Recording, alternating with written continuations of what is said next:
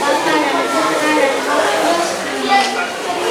Tuhan Yesus, Engkau diutus Bapa menjadi berkat bagi dunia, menjadi selamat bagi manusia.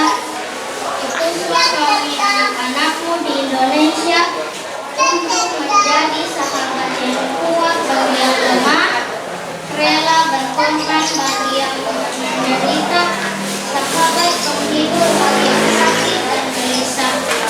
Tuhan Yesus, kami pun ingin menjadi utusan-utusan kecil-Mu, teman setia bagi yang tersingkir dan terlantar, teman berbicara bagi yang kesepian dan terlupakan, sobat yang gembira bagi yang sedih dan susah, sobat penuh penghargaan bagi yang tak dicintai.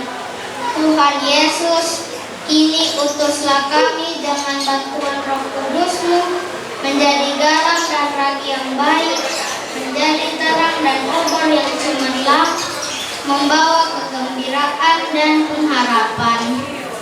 Tuhan Yesus, kuduskanlah badanku dan sucikanlah jiwaku. Kupersembahkan diriku padamu hari ini. Berkatilah semua anak dimanapun jua. Berkatilah semua orang yang kami jumpai, siapapun dan dimanapun jua. Amin. Dalam nama Bapa dan Putra dan Roh Kudus. Amin.